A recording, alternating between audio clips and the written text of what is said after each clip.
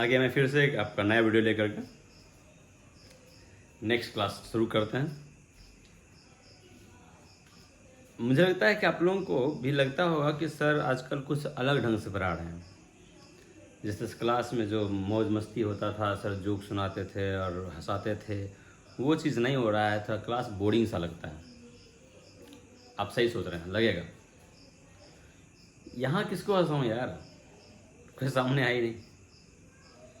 Camera है और camera को देख देख कर इरिटेट मैं खुद हो गया हूँ। क्या पागलों की तरह मैं बक रहा हूँ, कैमरा को देख रहा हूँ, बक रहा हूँ, बके जा रहा हूँ, कोई है ही नहीं सामने। तो उसमें वो किक नहीं मिल पा रहा है, वो एनर्जी नहीं मिल पा रहा है। जो सामने आपको देख कर जो बातें निकलती है ना, आपके एक्टिविटी को देख के जो बातें निकलती है, कभी कुछ बच्चों की एक्टिविटी देखता हूँ तो कुछ बातें याद आ जाती है, उस पर मैं जोक बोल देता हूँ, तो वो एक क्लास एंटरटेनिंग हो जाती है। चिंता मत करो, फिर से वो दिन आने वाला है, डो नॉट वरी। और देखिए ना क्या वो केंद्र सरकार जो है, आपका सेंट्रल गवर्नमेंट जो है, वो कह रहे हैं कि 1 मंथ और बढ़ा दिया जाए, इसको 1 जुलाई तक कर दिया जाए। अपने राज्य सरकार को प्रपोजल रखा है सब। अब देखिए आपका राज्य सरकार क्या करती है। अगर मैं तो ये कहता हूँ कि ये रुक रुक के खोलना फिर बंद करना, खोलना फिर बंद करना, उससे बेहतर ये होगा कि ठीक है आप 1 महीना और कर दीजिए और देख लीजिए सिचुएशन कैसी है अभी।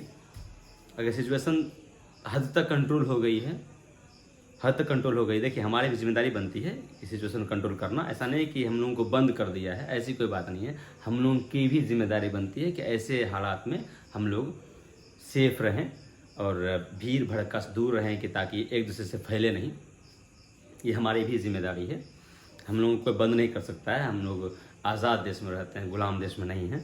हम लोग को बंद नहीं कर सकता। हम लोग अपनी स्वीकृति से, अपनी रजामंदी से हम लोग अपने घर में हैं और ये होना भी चाहिए, हमारी जिम्मेदारी है। जैसे एक मान लीजिए कि आप एक पिता हैं, कल दिन पिता तो होंगे ही, मान लीजिए आपके 3-4 बच्चे हैं और परिवार है कुछ आपसे नीचे वाले सब, और आप सबके हेड हैं, मुखिया हैं, और मान लीजिए बाहर अम्ल वर्षा हो रहा है, अम्लों की वर्षा हो रही है, एसिड की बारिश हो रही है। आपके बच्चे बाहर जाना चाहेंगे, आप बच्चे खेलना चाहेंगे बाहर में, तो आप क्या कीजिएगा वहाँ पर? आप क्या कीजिएगा कि जाओ जाओ खेलो? आप क्या करिएगा वहाँ? कहिएगा अंदर रहो, बाहर खतरा है, बाहर खतरा है, अंदर रहो, कहोगे ना? तो वही तो यहाँ भी हो रहा है। यहाँ भी तो वही हो रहा है कि बाहर खतरा है, इसलिए हमें अंदर रहने के लिए कहा जा रहा है। एक तरह से हम पीएम को अपने देश का एक मुखिया माने हैं। हाँ, देश का एक मुखिया माने। वो उनका मानना है कि हमारे देश के हर एक नागरिक जो है वो स्वस्थ रहे, सही रहे, उनको कोई किसी भी तरह की कोई कठिनाई ना हो। तो कहीं ना कहीं उनकी जिम्मेदारी बनती है कि हमें वो रोके। जो बाहर घटित हो रहा है, बाहर हमारे लिए सही नहीं है जाना, तो हमें रोके, ये उनकी जिम्मेदारी है। और उनकी बात को रखना हमारी भी जिम्मेदारी है। ये इसको मतलब ओबीडियंस कहते हैं। मतलब एक तरह से देखा जाए तो ये हमारा आज्ञाकारी होना होता है, वो होना होता है। और वैसे भी सरकार क्या कहेगी, हम लोग भी पढ़े लिखे हैं, हम लोगों को भी इतनी समझदारी है कि क्या होना चाहिए क्या नहीं होना चाहिए। इसलिए आप लोग ये मत सोचना कि मोदी ने बंद कर रखा है, मोदी ने ये कर रखा है, मोदी ने, हाँ ठीक है, बहुत चीज़ उन्होंने ऐसा किया जो कि सही नहीं है, नहीं होना चाहिए। लेकिन ये चीज़ मुझे लगता किसी भी स्तर पर गलत नहीं है। वो हमें अगर रोक रहे हैं तो गलत नहीं कर रहे हैं, वो हमारी भलाई की बातें कर रहे हैं। मान लीजिए कि महामारी काफ़ी फैल जाती, काफ़ी लोग मर रहे हैं, क्लास में भीड़ हो रही है, एक दूसरे से फैल रहा है, तो उसमें क्या होता है? आप देश के भविष्य हैं, अगर आपको कुछ हो जाता तो फिर देश का क्या होता? देश को कौन बनाता, कौन चलाता? आपकी तरह बहुत सारे ऐसे स्टूडेंट्स हैं हमारे भारत में, तो सब मिलके ना कुछ नया कुछ होगा हमारे देश का। तो इसलिए सबसे पहले क्लास को बंद करने की वजह भी यही है कि बच्चे, आज के बच्चे कल के पिता हैं। आज का बच्चा, आज आप लोग हैं इस उम्र में, कल दिन आप सरकार में आएंगे, कल दिन आप सत्ता में आएंगे, कल आपके हाथ में जिम्मेदारियां होंगी, आप उसको संभालेंगे। अगर आप ही आज नहीं रहेंगे तो फिर कल बूढ़े लोग तो गुजर ही जाएंगे आज न कल, और युवा नहीं रहेंगे तो फिर कैसे देश चलेगा? आप लोग बहुत इंपॉर्टेंट है देश के लिए। इसलिए आप लोग प्लीज़ इस चीज़ को नेगेटिव रूप में मत देखिए, इसको पॉजिटिव लीजिए। पॉजिटिव लीजिए, हमारी जिम्मेदारी है। एक पिता भी यही करता है अपने बच्चों के लिए, कि बाहर अगर कुछ खतरा है, कुछ गलत हो रहा है, कुछ हमारे लिए सही नहीं है, तो हमें वो रोकते ही, वो घर में रहने की सलाह देते ही। हाँ, कुछ बच्चे ऐसे हैं जो कि पिता की बात की अवहेलना करके बाहर जाता तो फिर नुकसान हो के आता। तो वही हो रहा है अभी भी। कुछ लोग जो है बात काट के बाहर निकल रहे हैं। पुलिस प्रशासन, अगर पुलिस प्रशासन जो है अगर डंडे मारती भी है, अगर पुलिस मान लीजिए, तो वो ऐसा नहीं है कि पहले निकले मारना शुरू कर दिया। वो हमारी इस, आप देख रहे हैं कि बेचारा जो है दिन रात लगे हुए हैं हमारे लिए। उनको क्या ज़रूरत थी? उनको सैलरी मिलती है, घर में बैठा रहता, लेटा रहता, आज सैलरी मिल रही है, खा रहे हैं। पुलिस सरकार कहती है उनको जाओ, तुम लोग मत बाहर निकलो, जिसको निकलना रहने दो, तुम भी सो जाओ। तो एक बार आपको नहीं दिखता, वो एक बार नहीं दिखता आपको रोड पे। वो आराम से बीवी बाल बच्चे से रहता। अभी अपने बीवी बाल बच्चे से दूर होकर के आपकी काफ़ी केयर किया जा रहा है, और आप बार बार गलती कर रहे हैं। तो जानते हैं जो बात से नहीं मानता है उसको दूसरा तरीका अपनाना पड़ता है। बस वही हो रहा है। और सभी को वो नहीं पीटती है, पुलिस भी देख लेती है ना कि कौन किस कैटेगरी के लोग हैं। सभी को नहीं पीटती, वो भी पढ़े लिखे होते हैं। ऐसा नहीं किसी को पीट देगा, वो इतनी हिम्मत तो नहीं है उनको। लेकिन ऐसा है कि कुछ एक्टिविटी देखते हैं हम लोगों की, जो कि दिन रात तो परेशान हो रहे हैं लोगों को बचाने में, और लोग हैं कि उनका अपोज कर रहे हैं। आपकी भलाई जो कर रहा है, आप उन्हीं के बारे में उल्टा पुल्टा कर रहे हैं, तो उनको तो गुस्सा आना वाजिब बनता है कि नहीं? सरकार वो अपनी जान को जाके जोखिम में रख के आपकी सेवा कर रहे हैं, आपका केयर कर रहे हैं, गलत नहीं कर रहे हैं वो। और आपको खाने पीने के लिए देखिए टाइम दिया है, 10 बजे तक आपको टाइम दिया है कि आप मार्केट जाएँ, वहाँ सामान लेकर आएँ, सब्जी वब्जी जो भी है वो लेकर आएँ। आपका घर आराम से खाना पीना बनते रहेगा, बाकी समय घर पे रहिए। और एक कोई इमरजेंसी है तो उसमें तो आपको आने जाने देता ही है। अब बिना मतलब का भी आप घूमे जा रहे हैं पहले के माफिक, तो वो तो मनाही है ना। वो तो हम गलत कर रहे हैं, वो तो खुद अंदर लग रहा है गलत कर रहे हैं ना। कोई बच्चा भी अगर निकलता है ना, कोई आपकी उम्र का कोई लड़का निकल रहा है बाहर बिना वजह का, तो उसके अंदर में एक बातें होती है कि मैं बिना वजह का निकल रहा हूँ, कहीं पुलिस मारे नहीं। तो कोई उनको वजह बनाता है, वजह बोल देंगे ना तो नहीं पीटेंगे। मेडिसिन लेने जा रहे हैं, तो ये करने जा रहे हैं, वो करने जा रहे हैं, कोई वजह। तो आप इस चीज़ को केयर कर रहे हैं। आप वजह है तो पुलिस आपको कुछ नहीं कर रही है। तो पुलिस हमारे दुश्मन नहीं है, वो हमारा साथ दे रही है, इसलिए हमें भी उनका साथ देना बनता है। ठीक, तो मैं चाहूँगा कि आप अब आगे आपकी मर्ज़ी है, ये मेरी जिम्मेदारी थी मैं आपको बताऊं, लेकिन आगे आपकी मर्ज़ी है। मुझे लगता है कि जो मैंने कहा वो किसी भी मायनों में गलत नहीं है, ये ऐसा हमें करना चाहिए। प्लीज़ आप इसको मानिए। एक टीचर होने के नाते मैं आपको ये सलाह दूंगा, कुछ दिन और वेट कर लीजिए, और चिंता मत कीजिएगा कोर्स का। पिछले साल तो 4 से 5 महीने मिला था मौका। जाकर पूछिए पिछले साल स्टूडेंट्स को क्या कोर्स पूरा नहीं हुआ था, सभी टीचर्स ने पूरा किया था कोर्स। हाँ, थोड़ा आपका डोज बढ़ जाता है, थोड़ा सा डोज बढ़ जाता है कि जो कि 2 दिन की क्लास 1 दिन में देना होता है।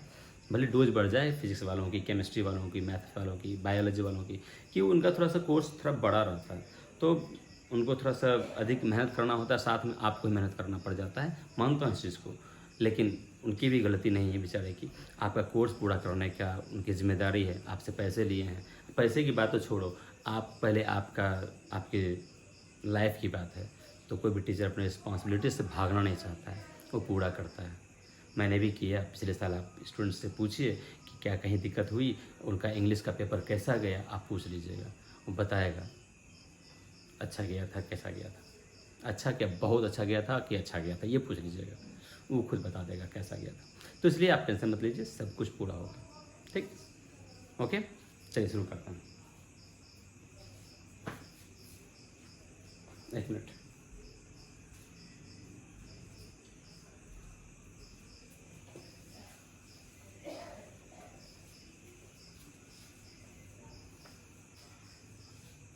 तो हम लोग इंटरोगेटिव सेंटेंस पढ़ रहे थे। इंटरोगेटिव सेंटेंस जो हैं, तो वो मैंने क्या कहा था कि वो दैट नहीं आकर के इफ़ या वेदर का प्रयोग किया जाता है। और इंटरोगेटिव मतलब इनडायरेक्ट स्पीच में जब डायरेक्ट का इनडायरेक्ट बनाते हैं, उसमें हमेशा असर्टिव सेंटेंस आता है। असर्टिव मतलब पहले सब्जेक्ट। देखिए,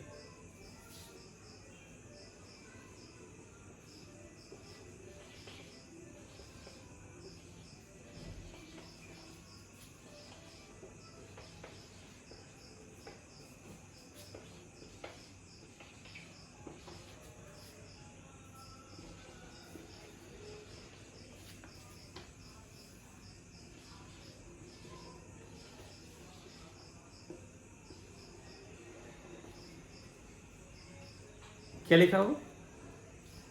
कोमल says to me am I your teacher. Komal says to me am I your teacher. तो आप देख सकते हैं कि एम पहले आया है, मतलब हेल्पिंग वर्ड पहले आ गया है, उसके बाद आपका सब्जेक्ट आया है और लास्ट में क्वेश्चन मार्क आया है। इसका मतलब है ये एक इंटेरोगेटिव सेंटेंस है, ये असर्टिव बिल्कुल नहीं है, ये असर्टिव बिल्कुल नहीं है। देखिए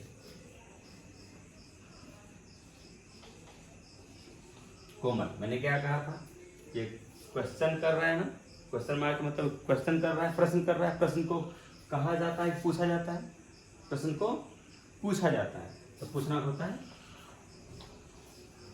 विभाग है, विभाग कर दी, कोई दिक्कत। मी आगे, कोमल आस्क्स मी, यहाँ पर इफ आएगा, इफ या whether as you wish, if या वेदर कोई एक दे दो, इफ दे देते हैं।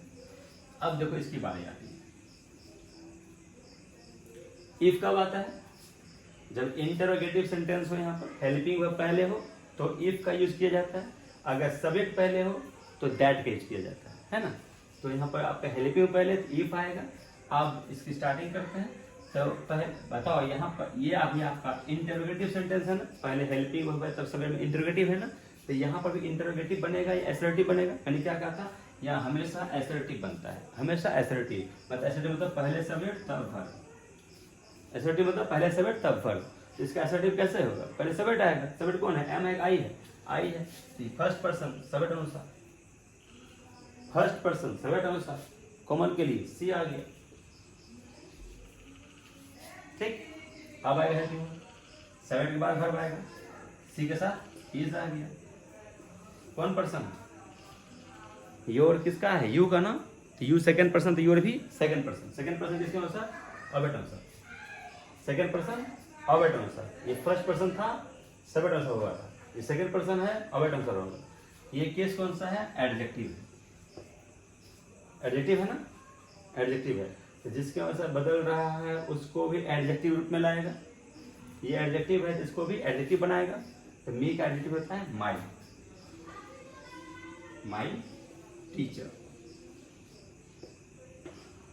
क्वेश्चन मार्क खत्म हो गया, क्योंकि पहले सब्जेक्ट आया है तो क्वेश्चन ही खत्म हो गया।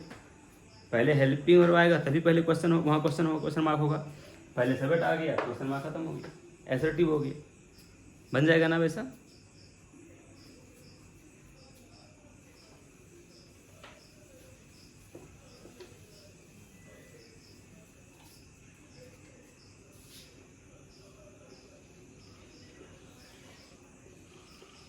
Rehan says to her,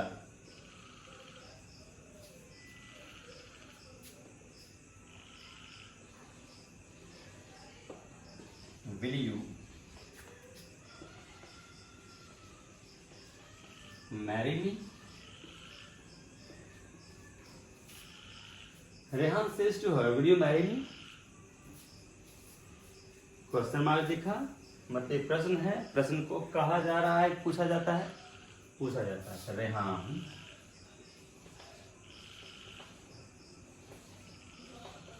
asks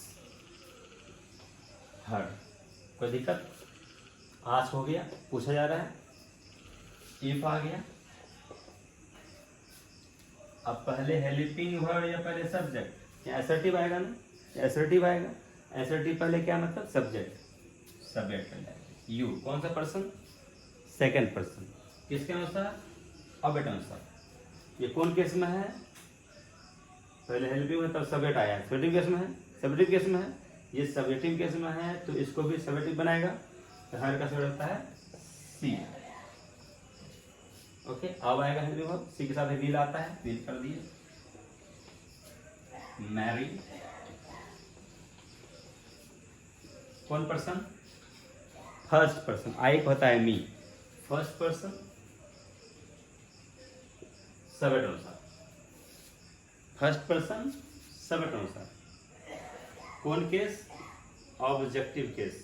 आई का मी ऑब्जेक्ट होता है, ऑब्जेक्टिव केस में है, ये ऑब्जेक्टिव केस में है तो इसको भी ऑब्जेक्टिव केस में लाएगा। रेहान मतलब ही का ऑब्जेक्ट हिम,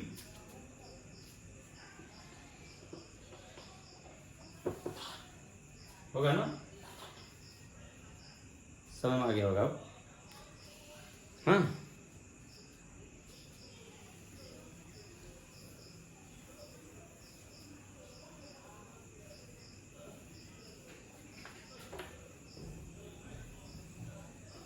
अब देखिए WH का, W दिखाता हूँ, देखिए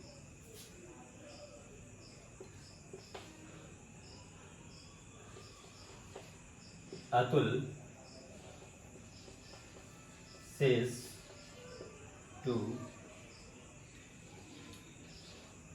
Reena,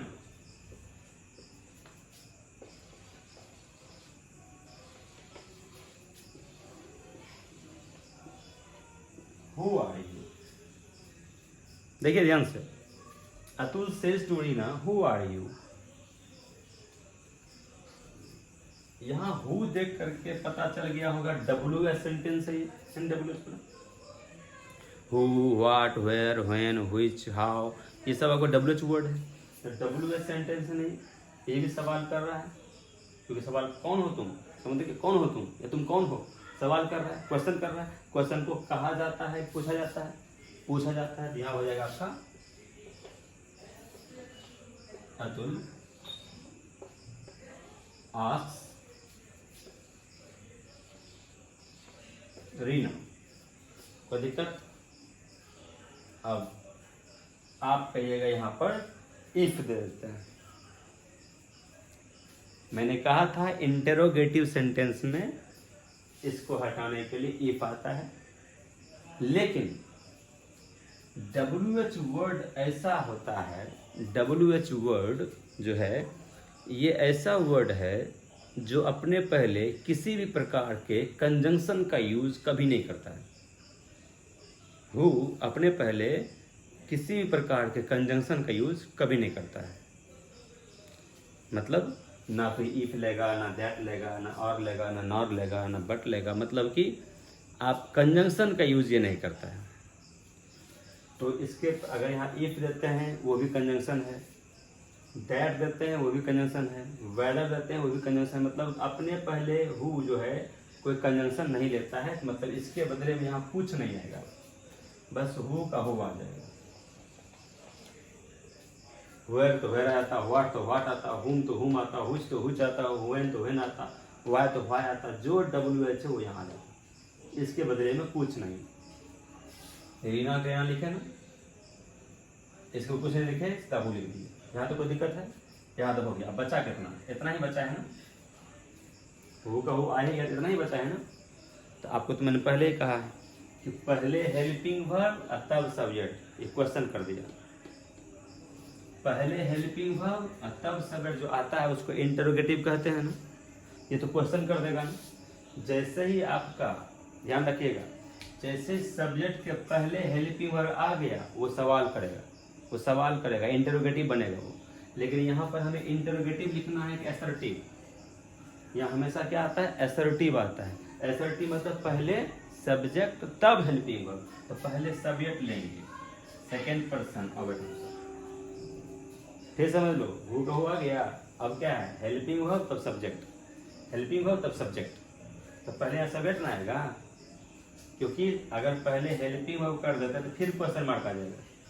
तो क्वेश्चन मार्क तो हटाना है हमें, यहाँ असर्टिव लिखना है, हमेशा असर्टिव ही लिखना होता है। यहाँ असर्टिव लिखने के लिए क्या करना पड़ेगा, पहले सब्जेक्ट लेना पड़ेगा। तो सब्जेक्ट देखना है यू है, यू कौन पर्सन है, तो सेकेंड पर्सन है, ऑब्जेक्ट अनुसार, ऑब्जेक्ट अनुसार। ये सब्जेक्टिव केस में है तो इसका सब्जेक्ट क्या होगा, सी होगा। ये सब्जेक्टिव केस में है तो इसका सब्जेक्ट क्या होगा, सी होगा। उसके बाद ये लिखेंगे, सी के साथ क्या है, आर की is, okay. Atul asks Reena who she is. ये मत सोचना लास्ट में जब करोगे क्या दिक्कत है, कोई दिक्कत नहीं, यही तरीका सही है, ठीक। आगे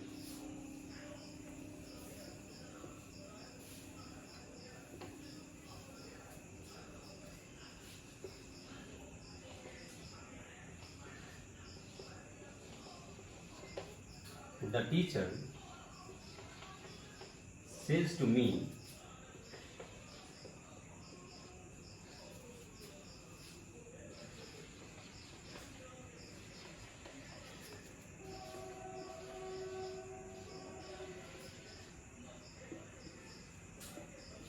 why are you late? The teacher says to me, why are you late? फिर से क्वेश्चन है, आस्क होगा।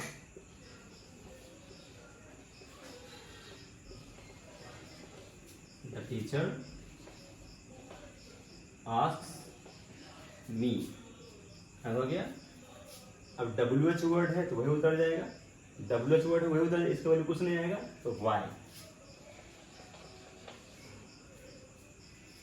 आ गया। वाई खत्म, बचा कितना, आर यू लेट। पता पहले आर को देखना है कि पहले सब्जेक्ट को, पहले हेल्पिंग वर्ब पहले subject, subject second person object अनुसार, सेकेंड पर्सन है ऑब्जेक्ट अनुसार, सब्जेक्टिव केस में है इसका सब्जेक्ट आई हो गया। अब आएगा am late. The teacher asks me why I am late. Clear है, हो जाएगा ना इतना। आपका जो WH वर्ड का सेंटेंस होता है वो ऐसे ही बनता है। WH वर्ड में क्या होता है, WH वर्ड से उतार दीजिए, उसके बाद जो है आपका फिर से इंटरवेटिव दिखेगा, उसको एसर्टिव में बदल दीजिए, काम खत्म, है कि नहीं बेटा।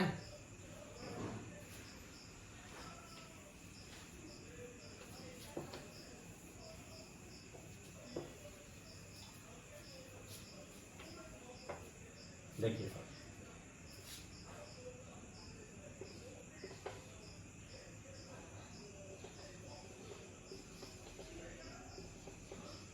आराधना says to him, what is your name?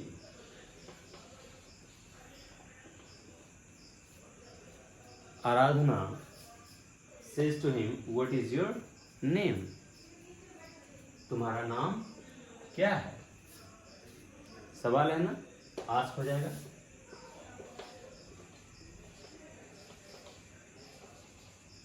Aradhana ask him, WH word है, यहाँ कुछ नहीं आएगा, व्हाट आ जाएगा, व्हाट। अब देखो पहले हेल्पिंग वर्ब है तब सब्जेक्ट, यहाँ per your name, your father, your mother, my father, my friend, कुछ भी हो सकता है। ये पूरा यहाँ से यहाँ तक सब्जेक्ट है, सिर्फ योर को मत लेना, ये दोनों सब्जेक्ट है। योर फादर रहेगा, योर मदर रहेगा, योर नेम है, योर बुक है, योर पेन है, योर होम है, कुछ भी रहेगा, माई हिम, कुछ भी हिज, कुछ भी रहेगा यहाँ, ये दोनों मिला के सब्जेक्ट है। वर्ड आ गया, पहले सब्जेक्ट आएगा तब नहीं आएगा, पहले सब्जेक्ट आएगा। तो योर कौन पर्सन है, सेकेंड पर्सन, सेकेंड पर्सन है ऑब्जेक्ट अनुसार, सेकेंड पर्सन ऑब्जेक्ट अनुसार। योर एडजेक्टिव है, इसका भी एडजेक्टिव आएगा, हिज अब आएगा नेम, हिज नेम हो गया, आ भी जाएगा।